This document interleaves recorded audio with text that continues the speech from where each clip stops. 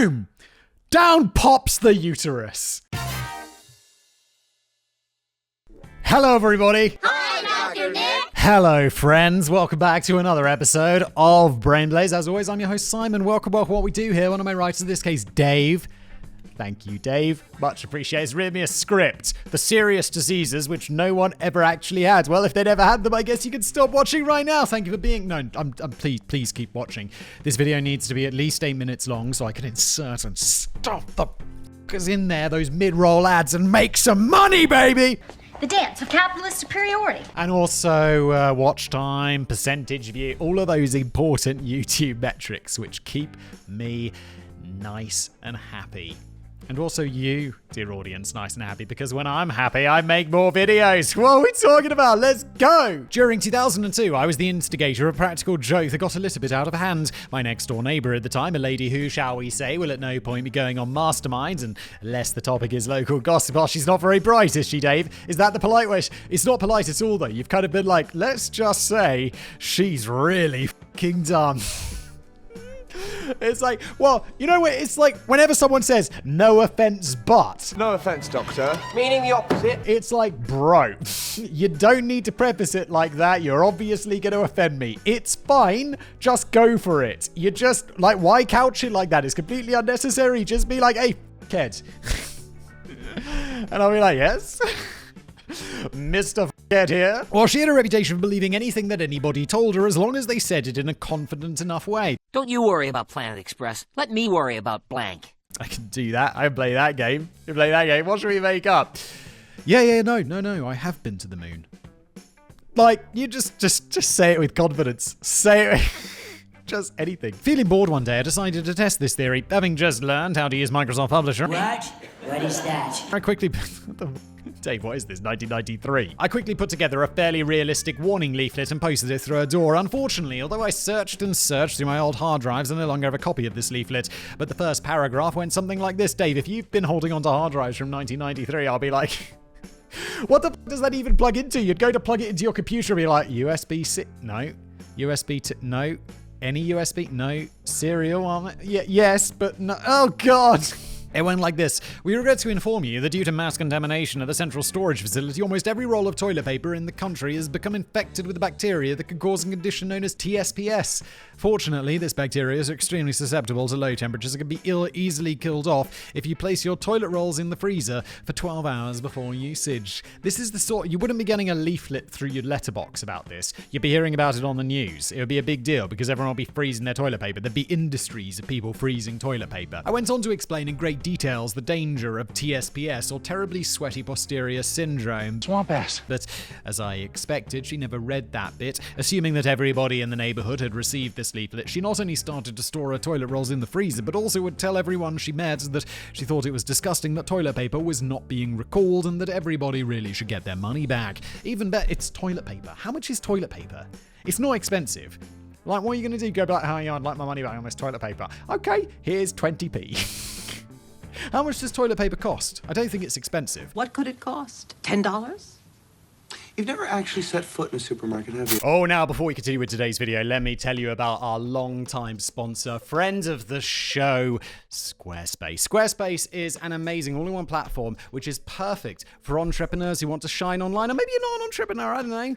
Lots of people need websites. They don't have to be business people. Whatever you need a website for, there is no other place in the world you should go other than Squarespace because they are the best. Here are some of the best features that I love about Squarespace, and I know you will as well. First up, there is Fluid Engine, which is a next-gen website design system. You don't need to know anything about website design to use this feature of Squarespace. You just go in, you select a template, then you just drag and drop things around the place, and boom, suddenly, even if you have no design or technical skills, you have a beautiful website that looks like it was custom made for you. Even if you went out and learned technology and all of this stuff, your website is going to look more rubbish than if you just used Squarespace. So save yourself all of that time and just use Squarespace, of course. Plus, there are extensions so you can seamlessly connect your website to third-party tools, boosting your website's functionality. It's like a Swiss Army knife for your site. And let's not forget about the email campaigns. It's a breeze to collect email subscribers and build lasting connections with your audience, which is brilliant. So here's the deal. Head to squarespace.com for a free trial, and when you're ready to launch your online site, go to squarespace.com/blaze. Use the promo code BLAZE and you'll get 10% off your first purchase of a website or a domain, which is fantastic. Get on Squarespace. 10% discount again. Squarespace.com/blaze. And now back to today's video. Even better, she convinced several of her friends that they really ought to take similar precautions. Have I told this story before? Someone who definitely isn't me, never paid for toilet paper while at university. They just had these, not me, but someone could theoretically go into a university toilet, and for some reason, they're just always stacked up the spare rolls just on the shelf by the toilet, and I was like, you can have that. And so I just had dozens of these, and I just used them for the whole year. That I lived outside of halls.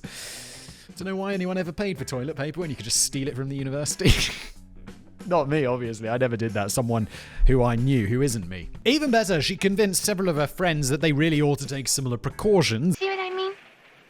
Not very bright. And it was not until her husband looked over the leaflet some 3 weeks later that the gig was up. Good night, Springton. There will be no encores. Sorry, jig was up. I'm not sure why I said gig there. It's not like she's making money on the side. She's got a side hustle freezing toilet paper.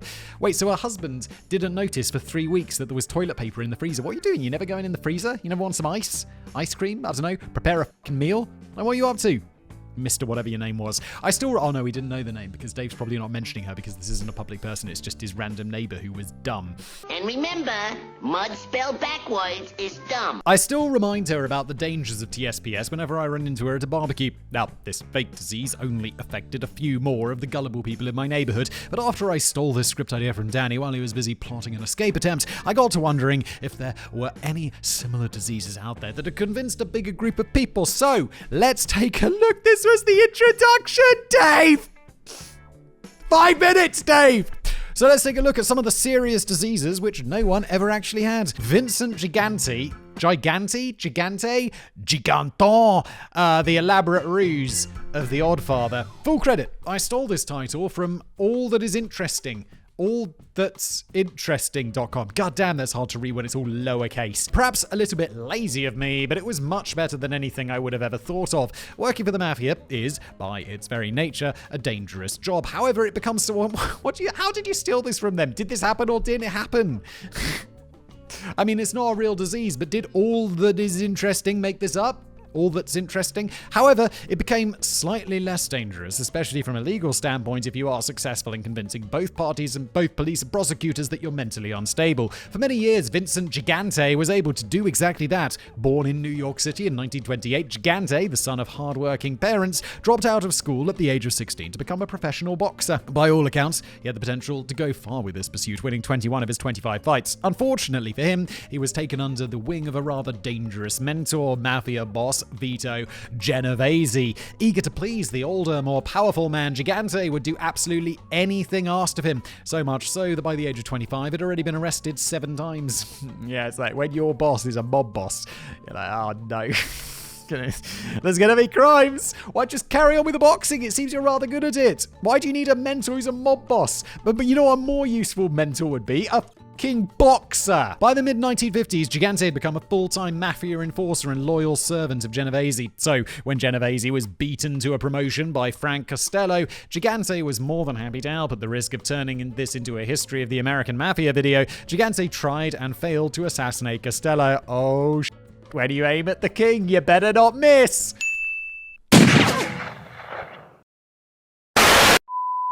However, because Costello claimed that he hadn't seen anything, Gigante walked. After spending 5 years in prison for heroin trafficking, he would eventually become the boss of the Genovese crime family. Apparently, he had not enjoyed his time in prison.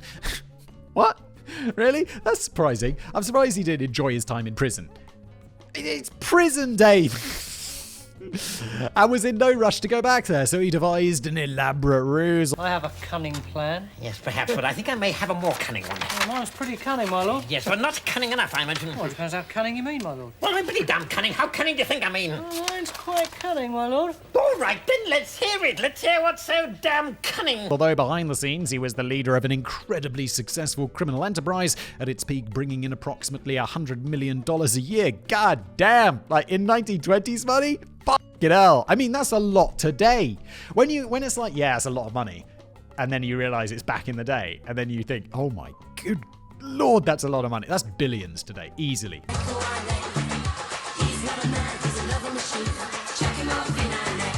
To the casual observer, he'd completely lost his mind in 1969. He was indicted on charges of bribery, but having had the forethought to bribe the local police, he was tipped off whenever he was under surveillance. He would be often observed walking around in public in his dressing gown, talking to parking meters, screaming at pigeons, and urinating whenever the fancy took him. Because of this behavior, he was able to successfully convince or bribe several psychiatrists that he suffered from paranoid schizophrenia and was declared unfit to stand trial. That's kind of mega genius, isn't it? He would get away with this until 1996 when he was oh, this is quite recent. Well, I don't know why I thought this was back in the day, because it's like mobs in New York City. You immediately assume it's all old-timey, don't you?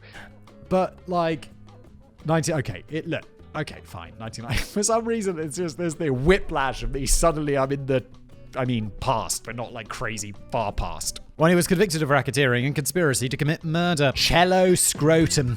As a former semi-professional musician myself, I played the drums in a heavy metal band.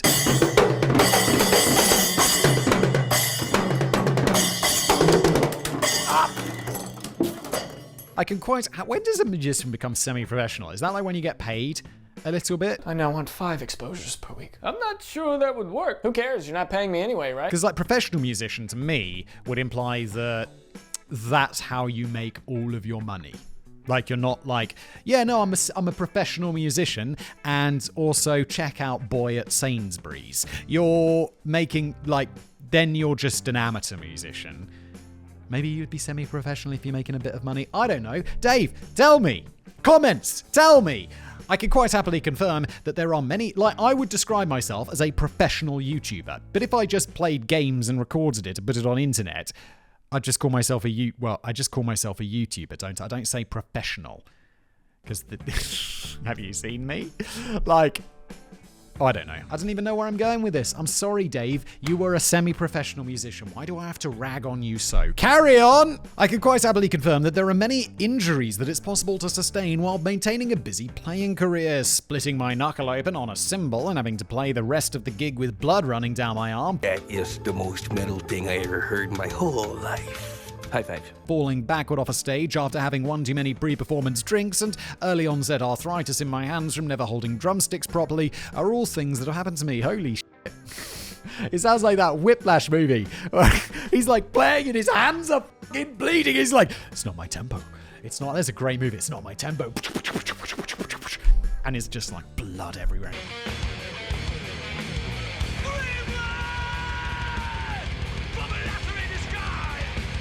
Throws a chair at him. I'm going to watch that movie again. It's great. However, by and large, musicians are lazy bastards and will come up with any excuse to get out of work, and this brings us to the condition known as cello scrotum.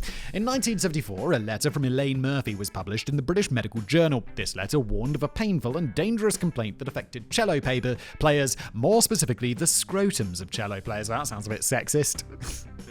The female cello players are never skiving off. In response to a similar article about a condition called guitar player's nipple, in which it was claimed guitar players frequently suffered from friction burns as a result of the guitar rubbing against the chest, Murphy, now Baroness Murphy, and formerly a professor at Guy's and St Thomas's Hospital in London, claimed that male cello players everywhere were suffering similar friction injuries, just on a different part of the body.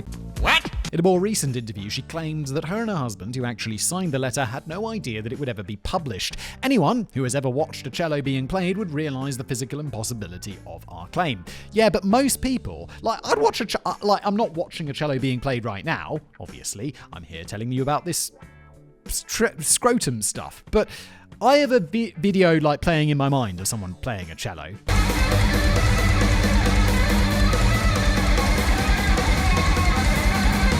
And I'll be like, oh, that's weird. How would you is it from moving around on the chair? But the fact is, my brain is making ways for this to be possible. I'm like, maybe when you're doing this with the cello, it's big and you're moving around and gradually your scrot's getting a little bit rough on the chair and then you get some scrotum burn. Please stop. Or whatever. It doesn't seem to be prima facie impossible because you'd have to be, I feel like Right? Just me? She would not officially take responsibility for the hoax until 34 years later when it appeared again in a Christmas edition of the journal. Now, you might not think that anybody would have taken this seriously, but many people did. At least one doctor published a peer-reviewed paper in which he stated that it was far more likely that this condition was caused by sitting awkwardly on a chair whilst playing the instrument, rather than from the instrument rubbing against the affected area. Oh, I didn't think that the instrument would be rubbing against the affected area. I thought it was the chair thing. Anyone thought that playing the cello somehow rubs against your scrotum? You're playing the fucking cello wrong, I'll tell you that much. What?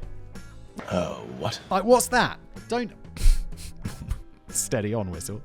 Even though it's entirely possible that this well-respected peer may have been responsible for a huge decline in people taking up the cello, the British Medical Journal appears to be rather sanguine, with one of the spokespeople saying, 34 years on, no one faced the sack for failing to spot the implausible condition. He'd go on to say that we did actually get a letter from another doctor at the time pointing out how unlikely it was. We may have to organise a formal retraction or correction now. Once these things get into scientific literature, they stay there for good, but it all adds to the gaiety of life. It's yeah, we published a falsehood, but you know, it just makes life more gay, doesn't it? Woo! Let's be more gay! I just went gay all of a sudden. Out of context, that one, isn't it? Personally, I found this the most shocking admission of guilt by a parliamentarian since Theresa May admitted to running through fields full of wheat as a child without first asking the landowner's permission. Oh, Theresa, you naughty, naughty woman. Wilson's thyroid syndrome. Ever felt tired, irritable, or forgetful? Ever had a headache, experienced a lower sex drive, or put on weight? Good news! There's a diagnosis. According to E. Dennis Wilson, you probably have Wilson's thyroid syndrome. Wilson's thyroid syndrome, not to be confused with hypothyroidism, which was confusing nobody. It's yes, Wilson's thyroid syndrome, often confused with hypothyroidism. Definitely two things that I've heard of. Which is real, was invented by Wilson back in 1990. Along with the symptoms I already listed, Wilson included about 30 more, all of which could be attributed to simply being alive. Seriously, do you have dry skin? Wilson's thyroid syndrome. I look at it as a coping mechanism for stress or fasting or different kinds of problems people go through, but mainly with stress these days, and whether it's the work or family, job or family stress, surgery or accidents. Actually, the number one cause is childbirth. Are you serious? Wilson claimed that his catch-all condition is caused by low body temperature and slightly impaired thyroid function, and recommends treatment with the hormone triiodothyronine. That's a mouthful. Wilson appears to claim that because his condition is not detectable by normal tests that measure hormone levels, it always goes completely ignored by other medical professionals. Another explanation might be that the syndrome does not exist at all. The American Thyroid Association statement on Wilson syndrome claims that, quote, the ATA's thorough review of the biomedical literature has found no scientific evidence supporting the existence of Wilson syndrome. End quote. Quote doesn't end. Carries on. As for the proposed treatment of this fictitious disease, they say that there is no... Oh, the quote does end. Sorry. It's confusing because there was a double quote, but it was only a single quote, so I don't know whether it's ended or not, Dave. Why do you do this to me? Because it's fun. Everyone at home is even more confused because they can't see it. It's fine. It's fine. We'll just take it back, shall we? Sam, you can include this, or Lorelei if you're editing this. He said my name. He knows my name. You can include this if you want to. If not, don't. I don't know. I'm not the I am the boss. Let's just do what you want, okay? I intend to. Leave me alone. As for the proposed treatment of this fictitious disease, they say that, quote, there is no scientific evidence that T3 therapy is better than a placebo for the management of non-specific symptoms such as those that have been described as part of Wilson syndrome in individuals with normal thyroid hormone concentrations. I recently found out that there's a word doctors use, and it sounds really professional for a condition. What the fuck was it? I was talking about... For their privacy, I'm not going to mention who they are. But I was talking with one doctor about someone else that we know, and it described it as some sort of tremor. It was like an abject tremor or something, or some sort of tremor. And I was like, whoa, that sounds pretty serious. And the person's like, no, that's just what we say when we don't know what's causing it. And I'm like, oh, what is this word? Oh, gonna come to me. I'll tell you if it comes to me. I'm sure someone in the comments will be like, it's this word. And I'll be like, yes, excellent. Minor tremor? It's not that. Oh, what the fuck was this?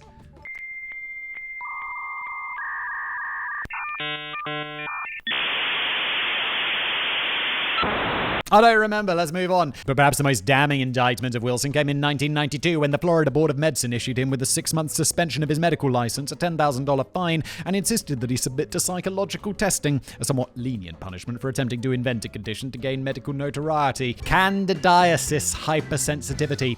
C. Orion Truss, MD, of Birmingham, Alabama, and William G. Crook, MD, of Jackson, Tennessee. Uh-oh, his name's Crook. I'm like, C. Orion Truss? C. Orion Truss? C. Orion Truss, MD? I'm trying to find out whether there's some clever thing about their name. Like Crook, obviously. That could be a fake name. But C. Orion Truss? I feel like that could be one, you know, like Seymour. Your name is Seymour Asses. Seymour Willies or whatever. I can't remember how it goes, you know, but that, like, Michael Hunt, also known as Mike Hunt. I wonder if YouTube will pick up that demonetization, but of course I'm just talking about a chap called Mike Hunt. Michael Hunt. When are we gonna see you in the NT? There are two examples of doctors who invented a condition in order to both gain notoriety and line their pockets. Uh-oh, it sounds like they're real people. One of them is literally called Crook. Really? Like Bernie Madoff. He made off with your money. Really? According to a reputable doctor, Hi, everybody! Candida albicans, also called Manillia, is a fungus normally present in the mouth, intestinal tract, and vagina. Under certain conditions, it can infect the surface of the skin or mucous membrane. Such infections are usually minor, but serious and deeper infections can occur in patients whose resistance has been weakened by other illnesses. Seeing as Manillia is present on the skin of 9 out of 10 people, these two doctors saw a splendid opportunity to scare people. Ah, yes, doctors always looking to scare people. Can you imagine? It's like one of those things where, like, the movies, isn't it? It's like, hi there, good to see you. You might want to sit down. You'd be like, oh no, what's happening? It's like, turns out you've got a cough. Fuck you. I was like, you know what you're thinking. It's like, they're like, it's mesothelioma. You're like, no. And If you were the one was diagnosed with mesothelioma. they're just like, no, you're fine. We just got some stats to go through. Ah! I assume no doctors do that. They'd first preface it by, you're fine, but you might want to have a seat. We got a long list of things to go through. If you don't preface that with you're fine, I assume I'm dying. Citing the usual list of everyday symptoms, the occasional headache, feeling tired, menstrual cramps, etc., Crook claimed that as many as 1 in 3 Americans were definitely suffering from candidiasis hypersensitivity and began to recommend a specific diet and the use of powerful antifungal creams. Let me guess. He's got some sort of financial interest in these antifungal creams or this diet. Maybe he's selling a book. Maybe he's selling the creams themselves. Let's see. Unfortunately, this caught on in a big way, and many homeopathic experts... That's not a thing. No one who does homeopathy is an expert, because that's like saying, I'm an expert in magic. Magic isn't real, so I can't be an expert in it. I mean, I can be an expert in, like, the magical fiction, but you're not...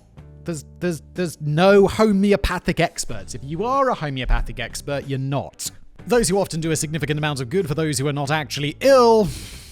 Yeah, because of placebo. Fine. Jumped on the bandwagon and began selling ineffective and unnecessary cures. What? They did? The homeopaths? Who would have thought this? Who would have thought that they were the ones who would do that? I do not believe it! At one point, it got so out of hand that Nature's Way, the company that made Cantrol, was allegedly providing... I've never heard of Cantrol, I've never heard of Nature's Way. Was allegedly providing a self-diagnosis leaflet along with its product. So... is there any medical evidence to prove that this condition exists? Well, I shall let you be the judge of that. But according to academic-accelerator.com, the American Society of Allergy, Asthma and Immunology has strongly criticized the concept of Candida hypersensitivity syndrome and the diagnostic and therapeutic approaches used by its proponents. Bullshit. It's bullshit. Global bullshit. I call bullshit! End quote. Among the many, many criticisms, the AAAAI... really. Claims that 1. The concept of candidiasis hypersensitivity is speculative and unproven. 2. Because its supposed symptoms are universal in nature, its basic elements will apply to nearly every patient at some point. Yeah, like right now, I've got a mild headache. Well, he's dead. And it's really upsetting. I've had it the whole day. I'm not sure why I haven't taken any paracetamol, but I probably will. Here, take 2 of these. Now that it started in the morning, I was like, and now it's kind of faded, which is nice. But it's like lunchtime. Like, what the I didn't drink enough water, so I've been drinking lots of water and peeing a lot, which is unfortunate. 3. Overuse of oral antifungals can lead to the emergence of resistant strains that can threaten others. So, not only are people who have nothing wrong with them taking unnecessary medication, but they are potentially strengthening fungal conditions that actually do exist. So good job, guys! Female hysteria. It's no secret that throughout history, women have often been treated as less than equal to men. Understandably so, am I right, Peter? I'm gonna pull your head off because I don't like your head. One of the greatest examples of this comes from the medical profession. Not only do statistics show that women are far less likely to receive pain medication than men in hospital when suffering from the same conditions, but for thousands of years, any woman who exhibited behaviors that were not entirely pleasing to the men around them could immediately be diagnosed with female hysteria. As I like to refer to it, the good old days. These behaviors included, but not limited to, faintness, nervousness, sexual desire. What's wrong with that woman? She's got sexual desire, that monster! Insomnia, heaviness in the abdomen. I've got heaviness in my abdomen right now. I just ate lunch in the middle of this video. It arrived, like the delivery company were like, hello, your lunch is here. And I ate my lunch. It was a chicken salad. I still am slight concerned it's on my teeth. No, I think we're good. I'm looking at my screen. Screens. 2 screens, 1 for each camera. Yes, please. He's cracked. He's gone nuts. Irritability. It's another thing I suffer from often. I've been irritated at least 70 times today. Shortness of breath, fluid retention, or, and this is my favorite, a tendency to cause trouble. I'm suffering from female hysteria. Male hysteria is not a thing. It doesn't apply to men because we're men. We're better. Am I right, Peter? Obviously, due to the fact that these women were not in their right minds, it was perfectly acceptable to detain them against their will and subject them to any manner of unusual treatments. Warm baths, ice baths, water jets, mesmerization, horseback riding even. But I favor a more direct approach. Isn't this like with the invention of the feather duster? Vibrator and such. So, exactly what was believed to cause this debilitating illness as far back as the ancient Greeks? It was claimed that anybody suffering from this condition most probably had a misplaced or wandering uterus. Oh, where's it gone?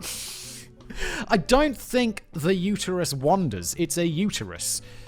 I guess some organs can wander, right? But some can't. Like the brain. It's not like it's got wandering brain, it's in his throat. No, it's in the head, always. I feel like wandering kidney could be a thing. Like your kidney somehow like gets loose and is like, I don't know, just drifting around and you just poo out your kidney. Uh-oh.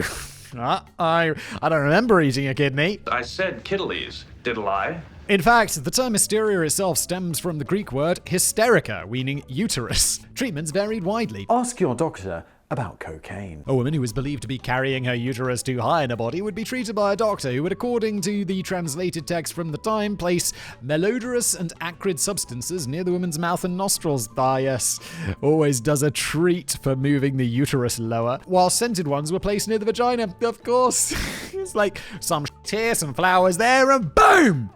Down pops the uterus. If the uterus had lowered, the document recommended placing the acrid substances near her vagina and the perfumed ones near her mouth and nostrils. Considering that these substances often included putrefied meat or animal dung, I'm sure that it did wonders to improve the patient's irritability. Ba-da-bum-bum. Another cause of this illness comes from Greek mythology. Argonaut and physician Melampus claimed that women who refused to honor the phallus and joined carnally with men, definite symptoms of female hysteria, were suffering from the uteri being poisoned by venomous humors due to a lack of orgasms and uterine melancholy. The past, everybody. You couldn't make this up. You literally, if someone was writing this, it would be too insane. I am not making this shit up! The cure for this was obviously lots of sex with young, virile men and wine. Loads and loads of wine.